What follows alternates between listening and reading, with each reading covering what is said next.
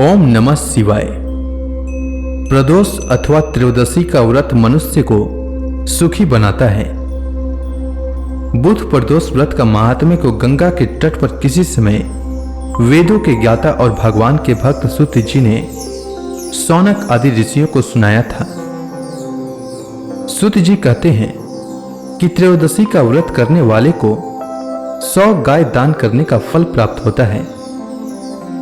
सूत जी ने कहा है कि कलयुग में जब मनुष्य धर्म के आचरण को छोड़कर अधर्म की राह पर जा रहा होगा, हर तरफ अन्याय और अनाचार का बोलबाला होगा और मानव अपने कर्तव्य से विमुख होकर नीच कर्म में संलग्न होगा, तो उस समय प्रदोष व्रत ऐसा व्रत होगा जो मानव को शिव की कृपा का पात्र बनाएगा और नीच गति से मुक्त होकर मनुष्य उत्तम लोक को प्राप्त होगा।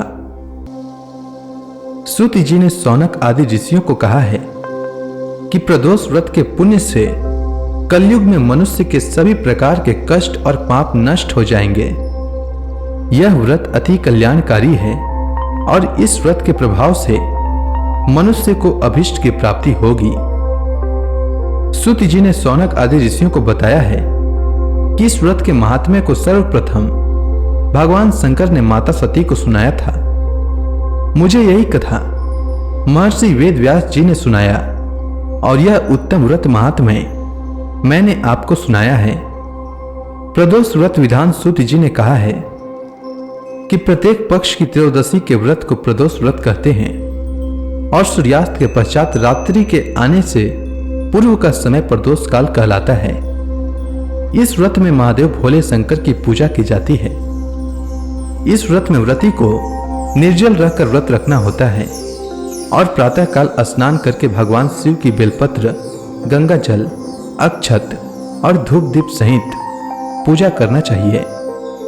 संध्या काल में पुनः स्नान करके इसी प्रकार से शिव जी की पूजा करना चाहिए। इस प्रकार प्रदोष व्रत करने से व्रती को पुण्य की प्राप्ति होती है। श्री सूत जी बुध प्रदोष व्रत की कथा सुनाते हुए कहते हैं, बहुत समय पहले एक पुरुष का नया नया विवाह हुआ था। विवाह के 2 दिनों बाद उसकी पत्नी मायके चली गई। कुछ दिनों बाद पुरुष अपने पत्नी को लेने उसके यहां गया।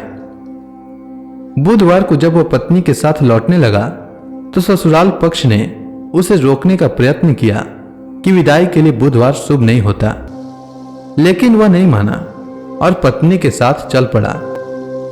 नगर के बाहर पहुंचने पर पत्नी को प्यास लगी।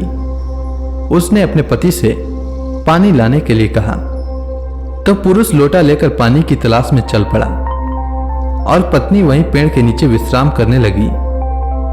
थोड़ी देर बाद पुरुष जब पानी लेकर आता है तो देखता है कि उसकी पत्नी किसी और के साथ हंस हंस कर बातें कर रही है और उसके लोटे से पानी पी रही है। उसको यह सब देखकर बड़ा क्रोध आता है।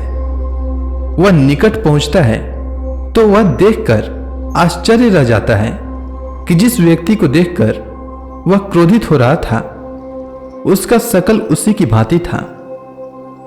पत्नी भी यह सब देखकर सोच में पड़ गई। दोनों पुरुष आपस में झगड़ने लगे।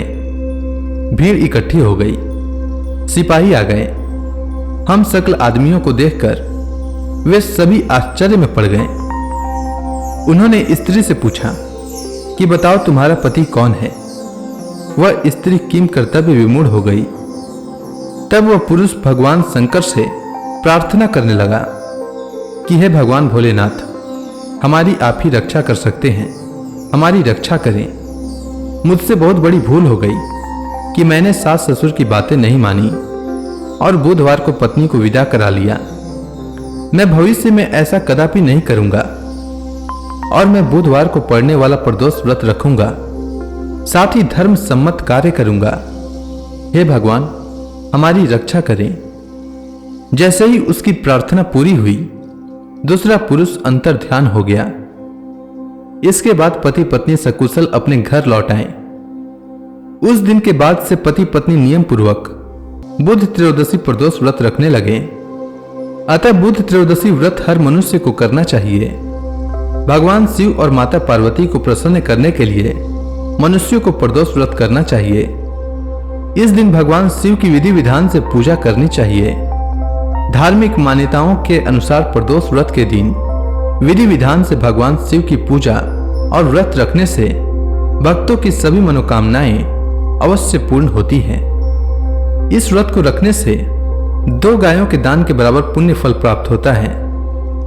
तो इसी के साथ बुध प्रदोष व्रत की कथा समाप्त होती है। उम्मीद है आपको बुध प्रदोष व्रत की कथा अच्छी लगी होगी। धन्यवाद।